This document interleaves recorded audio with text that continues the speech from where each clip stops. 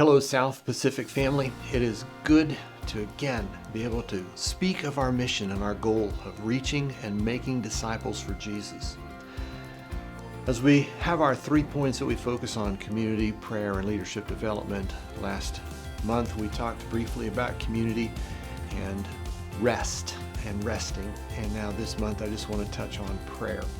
I've been meditating on Acts chapter 16. It's a fascinating chapter describing the ministry of the Apostle Paul as they went to Philippi. And they didn't really have anything there. It's a new work, a new ministry. And we see in verse 13 that they supposed there was by the riverside, which is out of town, it's out of the way, this gathering, a very small gathering of Jewish people for the purpose of prayer, and which is what they do. And we learn about the story of Lydia, the seller of purple, and how she and her household came to Christ. And that's the launch of the church, of the Philippi church, is through the ministry that started with prayer. And Paul, taking Silas with him, they start with the foundational work of prayer. And I think that is very important for us to embrace and understand, that it's prayer that launches and starts a healthy ministry. It's also prayer that sustains a ministry. That was in verse 13, because in verse 16 we see that this time is passed from where they saw Lydia come to Christ and her household, and they're having this ministry with this growing group of people. But in verse 16 they see that they were going to the place of prayer. Now, that place of prayer is probably back to the riverside where this was all launched, it was all birthed. So this location which was identified, we're going to gather and pray here.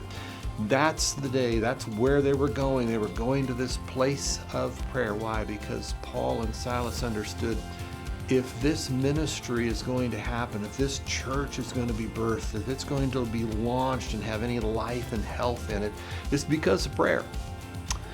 Question is, what are you doing to lead and initiate prayer within your church and in your ministry? It's crucial that we are intentional. It doesn't just happen. The intentionality of prayer says this is the most important thing, the foundational work about making this move forward, is that we're intentional. And it's not just a prayer tacked on at the front of a meeting or at the end of a service. This is where we say we are coming together for the purpose of praying. And so we see here in verse 16 that this is what they were doing. There was an intentionality of saying, we are going to the place of prayer. Now, we find here that this spirit of divination was upon this girl, and every time they did this thing would follow and make declarations. And so we know this isn't a one-time prayer meeting. This is a place of gathering where I'm sure Paul did some preaching and teaching there, but it was for the place of prayer, understood that this was the core of the gathering, prayer. What I find fascinating is that day, when Paul got up to go to the place of prayer, it wasn't like another day. It was his intention to pray.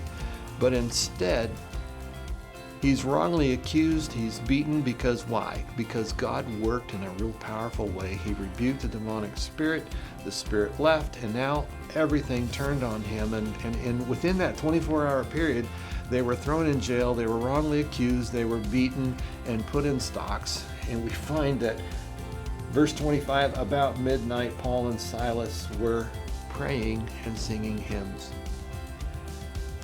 That prayer meeting wasn't at the place of prayer. The prayer meeting, which again, they understood, everything happens in response to praying. If your ministry seems stalled out, or the work you're doing feels dead, it's important that you understand you need to go back to prayer. More than once in ministry, I felt like the team, the people in leadership, weren't on the same page, and they weren't going in the direction that was to make disciples. They were distracted with other ideas and thoughts and intention. And I knew that the only way we could pull us all back together on the same page was if the Spirit of the Lord did that. And He doesn't just do it, He does it mostly through prayer and having intentional prayer meetings focused on following Him. We understand what happens here. Paul and Silas get beaten, thrown in jail, feet in stocks, but they're praying. They're praying and they're worshiping. That prayer isn't focused around their hurt, ache, and pain, and wrong accusations. Their prayer is a result of and lands on the celebrating and giving thanks and honor and praising the Lord. So much to the point that you see this divine movement where there's this earthquake, the stocks fall off, the jailer ends up coming to Christ, he and his household, and so God begins to do a work. Why? Because of prayer. I want to encourage you that in this season of rest that you also don't rest from prayer, but turn your attention to focus on prayer. How can you influence, first and foremost, the leaders of your ministry and church? How do you focus them on prayer? It is our desire to encourage you. We're making disciples. Those disciples that we're making need to understand the power of prayer, the effectiveness of prayer, the commitment to prayer, and the intentionality of prayer. Because our God is so faithful. We don't have because we don't ask. I want to encourage us to ask, to be found faithful in prayer. I so appreciate you. We're in this together, and we will follow and pursue all that God has for us. I pray for you often and entrust you and the ministry that God has laid on you to be blessed by Him. Have an awesome month.